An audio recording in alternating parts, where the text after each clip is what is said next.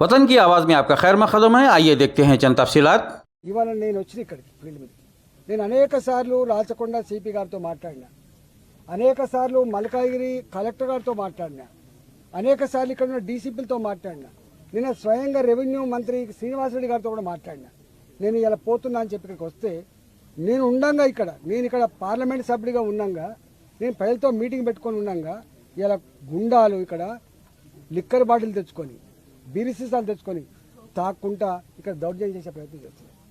రాత్రి నేను ఇక్కడికి వస్తున్నాను తెలిసి మీరు ఎంపీ గారు వస్తున్నట, మీరు ఎంపీ గారి దగ్గర పోయినట, మీ సంగతి చెప్తామని చెప్పి మహిళల మీద దౌర్జన్యం చేస్తారు.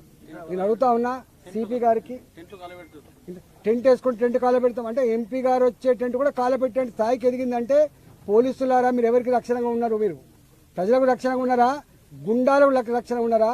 ల్యాండ్ బ్రోకర్లకు రక్షణ ఉన్నారా? డబ్బులు ఇచ్చే వాళ్ళ రక్షణ ఉన్నారా? ఆలోచించుకోవాలి.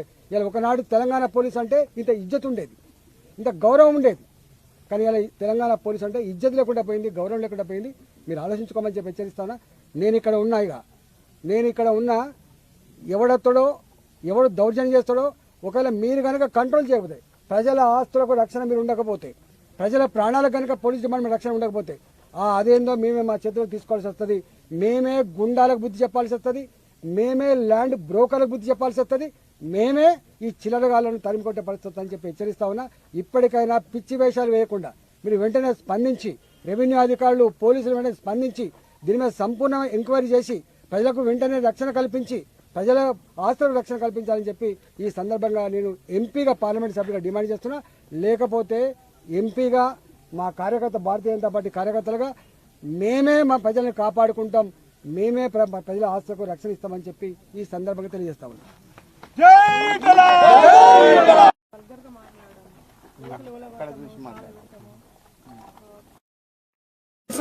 చేతులు చూపెట్టుకుంటే బెదిరియడం, ఎవరు కంప్లైంట్ ఇస్తే కూడా అసలు పోలీసులు పట్టించుకోలేదు. మినిమం మర్యాద కూడా ఇవ్వలేదు సార్. మేము పోతే స్టేషన్కి పోతే నైట్ ఫోన్ చేసి ఏమంటున్నారు, మీ ఇల్లు మా పరిధికి రాదు, మీరు నెట్కి ఫోన్ చేయండి అని అంటారు సార్.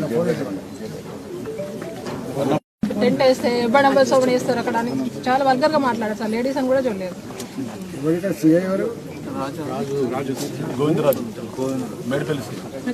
కుందామని నైట్ టెంట్స్ మంచిగా చైర్స్ అవన్నీ తెప్పించి ఏసీ చేసుకుందామనే మూడుకు 10 మంది వాళ్ళు వచ్చి మా మీద దౌర్జన్యం చేసింది సార్. కొట్టడానికి మీది ఉరుకొచ్చుడు, రాళ్ళు పట్టుకొని ఉరుకొచ్చింది సార్. మేము ఏంటిది అని మేము పిఎస్సి కంప్లైంట్ ఇస్తే పోలీస్ వాళ్ళు మేము ఇచ్చినాక 1 అవర్ తర్వాత వచ్చింది సార్. అప్పటి వరకు వాళ్ళు చంపాను సార్.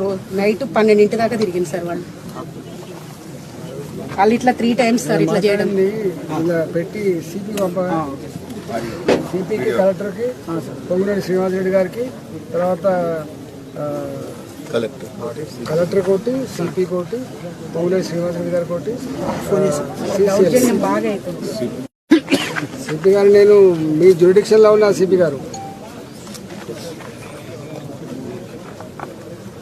నేను ఒక ప్రెస్ మీట్ పెట్టినది మీకు పంపిస్తా. ఇప్పుడు 5 నిమిషాలు, ఒక 2 నిమిషాలు పంపిస్తా, చూసుకో. మిమ్మల్ని అనకపోతే ఇంకేమైనా అంటే చెప్పండి, మీరే కదా. మా ప్రజలకు రక్షణ కల్పించలేదు, ఏం చేస్తాను చెప్పి మేమే రక్షించుకోవాల్సిన పరిస్థితి. నేను ఏకశిలా నగర్లో ఉన్నాను. మీ సిఐ అంటూ అడుగు ఏమైందో ఇక్కడ చెప్తాడు. సిఐ అంటూ అడిగి పంపిస్తాను. లేట్ చేయకుండా. वतन की आवाज़ को लाइक, शेयर, सब्सक्राइब करें और कमेंट बॉक्स में अपनी कीमती राय देना ना भूलें। आइए देखते हैं आपकी और हमारी आवाज़, वतन की आवाज़।